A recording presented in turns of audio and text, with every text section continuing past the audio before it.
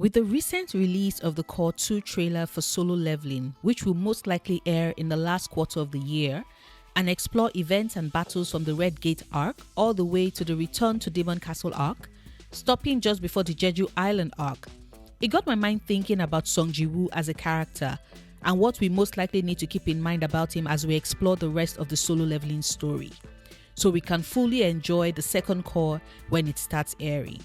Now, full disclaimer, I've read both the Solo Leveling web novel and the manhwa, but I will not be revealing any spoilers, so you can watch the rest of this video with some peace of mind. And with that said, here are 9 things to keep in mind about our lead character Sung Jinwoo as we enter Solo Leveling Season 2. The first thing to note about Sung Jinwoo is that he is your ultimate overpowered character. This is not going to change. The only time we see Sung Jinwoo as weak and capable of experiencing defeat is at the start of the story, when he's a lowly E-rank hunter who has to come to terms with human selfishness and his own frailty and mortality in the double dungeon. Once he made it through and survived, you best believe that Sung Jinwoo just kept on powering up. So if you're someone who doesn't like overpowered characters and believes that main characters suffering defeat and loss is important for their character development and growth, so they can come back after they've trained to tackle their old foes, then maybe this Anguk Annie is not for you. If you check old posts on forums, Solo Leveling fans are broadly divided into 2 groups. Those who think that Sung Jinwoo is a Merisu character who just kept getting power up and effortlessly defeating his foes and have a problem with that. And those who think Sung Jinwoo is a Merisu character who keeps getting power-ups and effortlessly defeating his foes, but don't have a problem with that. As we wait for when the second course starts, now is a good time for you to decide what part of the divide you want to fall into, because it will immensely affect your enjoyment or lack of it as far as the story is concerned moving into Season 2. The second thing to keep in mind is quite closely tied to the first, which is that nobody, absolutely nobody, is touching Sung Jinwoo. Period. Like, you're barely going to see this man bleed. You are barely going to see him sweat. The more you dive into this story, the more everyone around him will treat him like the goat he is. Even formerly overpowered characters who seem larger than life and stronger than countries, who walk around with a chip on their shoulders thinking that nobody can defeat them, will still get absolutely bodied by Sung Jinwoo.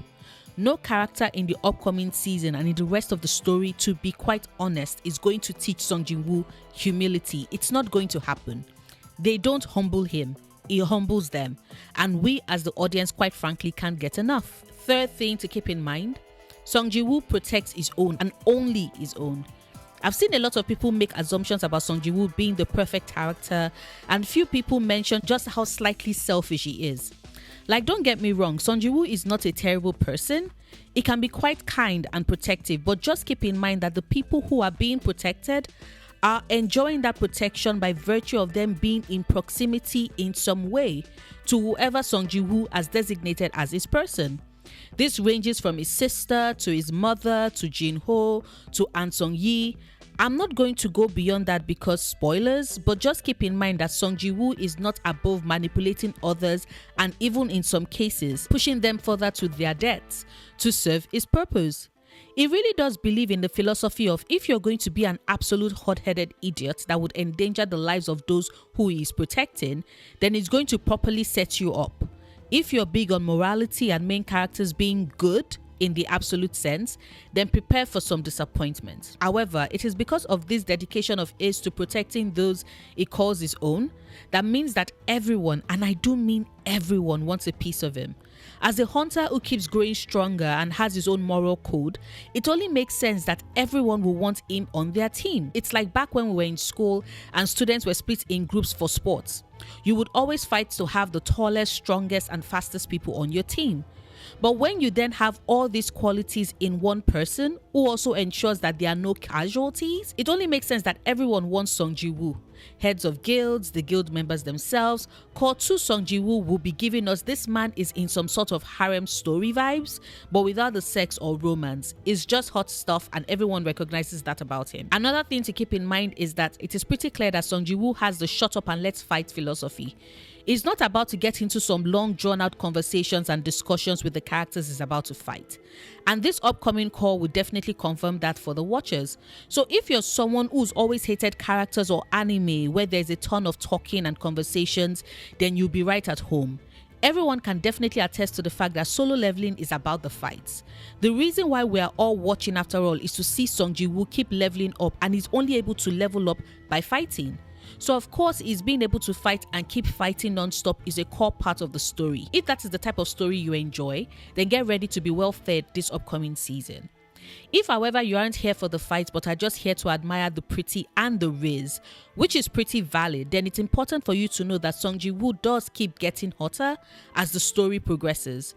His strength stats also coincide with his face stats because there's just something about him becoming stronger and more fluid that makes his attraction points shoot up.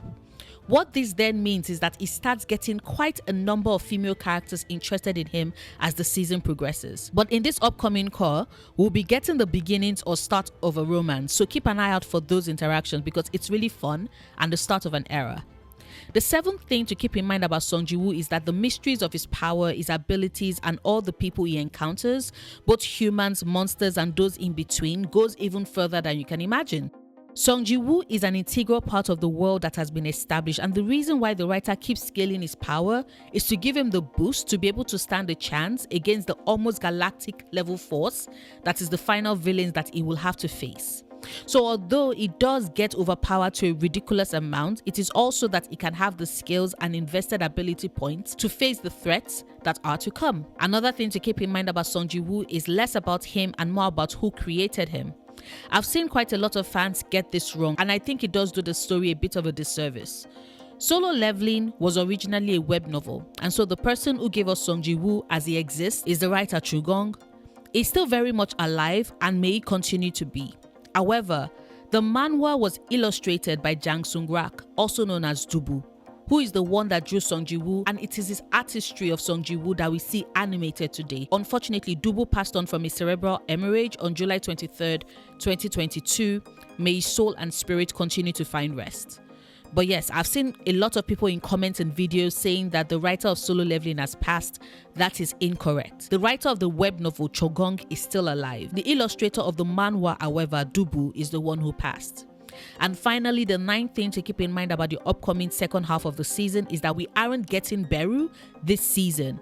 So if you're someone who's always heard about Beru and are excited to meet him and see his interactions with Sung Jinwoo, I am sorry. Wait till next season. Join the rest of us in praying that we keep getting renewed until the story ends, because just in case you were wondering or had doubts, be rest assured, Beru is more than worth it. That damn ant is about to become the most important ant you've ever met.